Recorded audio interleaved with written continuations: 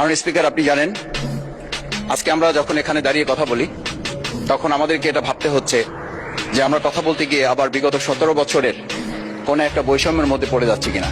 কিন্তু আমাদেরকে এটা ভাবতে হচ্ছে, আমরা যখন এখানে দাঁড়িয়ে কথা বলছি, আমাদের কথা বলার সময় শহীদ শরীফ ওসমান হাদি ইনসাফের পক্ষে কথা বলার সময় বলেছিল, আমার প্রতি যে জুলুম করবে আমি তার সাথেও ইনসাফ করতে চাই।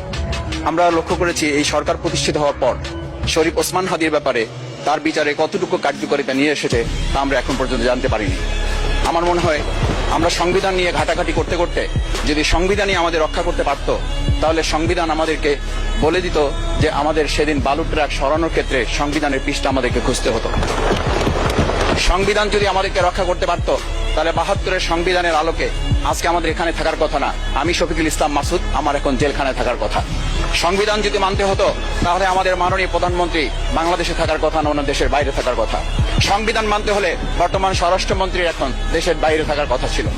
সংবিধান মানতে হলে যে বাচ্চাদেরকে আজকে এখানে শিক্ষা দেওয়া হচ্ছে, দীক্ষা দেওয়া হচ্ছে, কিংবা তাদেরকে কোনো কোনো ক্ষেত্রে জাসদের সাথে তুলনা করা হচ্ছে, সেই বাচ্চাদের নিয়ে আমরা এই সরকার দলের লোকদেরকে, সরকার দলের সম্মানিত নেতৃবৃন্দকে আমরা চোখের পানিও ফেলতে দেখেছি। আবার কাউকে কাউকে কথা বলতেও শুনেছি যে এই সমস্ত বাচ্চাদের, আমরা তাদের শিক্ষার্থীদের আন্দোলনের সাথে আমাদের কোনো সম্পর্ক ছিল না। আমরা খুব লজ্জিত হই মাননীয় স্পিকার, আমাদের এই বর্তমান সময়ে আমরা যদি এটা খেয়াল করি যে আমাদের বাংলাদেশের এই বর্তমান প্রেক্ষাপটটা নতুন করে এখন যে গণভোটের যে আজকে ন্যায্যতা অন্যায্যতা, সাংবিধানিক পৃষ্ঠা, লাইন, অক্ষর, তারিকমা আমাদেরকে শেখানোর চেষ্টা করা হচ্ছে, যদি সেটা হতো তাহলে বাংলাদেশ জাতীয়তাবাদী দলের সম্মানিত মহাসচিব তিনি কয়েক হাজার পুলিশের বেষ্টনীর মাঝখানে একা একটা মোবাইল নিয়ে তাকে আমরা দাঁড়িয়ে থাকতে দেখেছি, তখন সংবিধান আমাদেরকে রক্ষা করতে পারে নাই। কারণ স্পিকার, আমি 350 মামলা নিয়ে 7 মাসের ব্যবধানে, আপনিও আমার 2-1টা মামলাতে আপনি আমাকে সহযোগিতা করেছেন, সেটা এই সুযোগে ধন্যবাদ জানাতে চাই। আমার 350 মামলা জামিন করতে 7 মাস সময় লেগেছে, আমার বের হতে সময় লেগেছে 4.5 বছর। আমি সেই 4.5 বছরে 3 বার রিয়ারেস্ট হয়ে 2 বার গুম হয়েছি। আমি তখন ডিজিএফআই, এনএসআই, ডিবিএসবির কাছে জানতে চেয়েছিলাম, আমার সামনে দিয়ে বড় বড় নেতারা বের হয়ে যাচ্ছে, আমার অপরাধটা কি? তখন বলেছিল তারা হুমকি না, হুমকি হচ্ছেন আপনারা।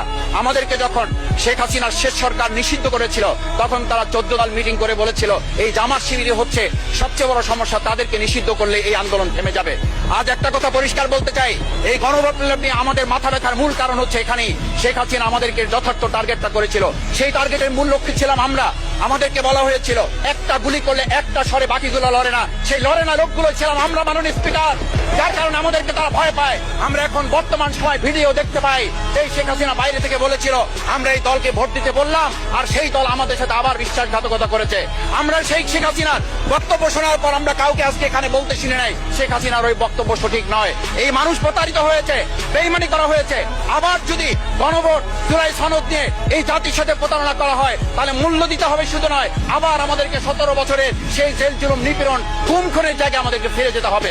আমি মনে করি পরিষ্কার বক্তব্য, গণভোটের প্রতি সমর্থন না জানিয়ে জুলাই সনদকে যদি আজকে ইগনোর করা হয়, তাহলে আমাদেরকে কিন্তু আবার সেই গুম খুনের আয়না ঘরের দিকে আমাদেরকে ধাবিত করা হবে। আমি মনে করি গণভোটের বিরোধিতা করার অর্থ হচ্ছে আমরা আয়নাঘরকে সমর্থন করতে চাই। গণভোটের বিরোধিতা করা মানে হচ্ছে 70% মানুষকে আমরা অনিচ্ছভাবে তাদেরকে আবার ধিক্কার জানাতে চাই। আমি এখানে স্পষ্ট বলতে চাই, আপনারা যেমন 51% সমর্থন নিয়েছেন, 70% প্রায় জনগণ কিন্তু গণবিপ্লবের, গণভোটের পক্ষে তারা রায় দিয়েছে। আপনাদের যে সেই 51%-এর তুলনায় সেই 70% প্রায় গণভোটকে যদি আপনারা ইগনোর করেন, তাহলে আমি বলবো আমার বাউফল, আমার পটুয়াখালী শুধু নয়, গোটা বাংলাদেশ আবার জেগে উঠে গণভোটকে তারা কার্যকর করবে। আমি পরিষ্কার এই কথাটা এই জন্য বলছি, আজকে সংবিধানের লাইন ধরে ধরে যদি আমাদেরকে এই কথা জানতে হতো, তাহলে আমাদের নেতৃবৃন্দকে ফাঁসির মঞ্চে যেতে হতো না। আমার মতো ছোট মানুষের কাছে সে সময় ডিজে বাড়ির কাছে প্রস্তাব এসেছিল, আপনারা কি চান, মন্ত্রিত্ব চান, দেশ পরিচালনা চান, সবকিছু দেওয়া হবে, শুধু শেখ হাসিনার নীতিতে আপনারা আসেন। সেই নীতি তো ছিল 72-এর সংবিধান, সেই নীতি নিয়ে আজকে কেন এখানে এত কথা বলা হচ্ছে? আমরা পরিষ্কার জানি, আমরা যদি সেই 72-এর সংবিধানকে ভালোবাসি, তাহলে এখানকার নেতৃবৃন্দ এবং মরহুমা বেগম খালেদা জিয়া নিজে বলেছিল আমরা সুযোগ পেলে এই সংবিধানকে আমরা ছুঁড়ে ফেলে দেব। সেই সংবিধানের প্রতি আজকে বর্তমান সরকারি দলের কেন এত প্রেম জাগ্রত হয়েছে, এটা বাংলাদেশের মানুষের জানার অধিকার আছে।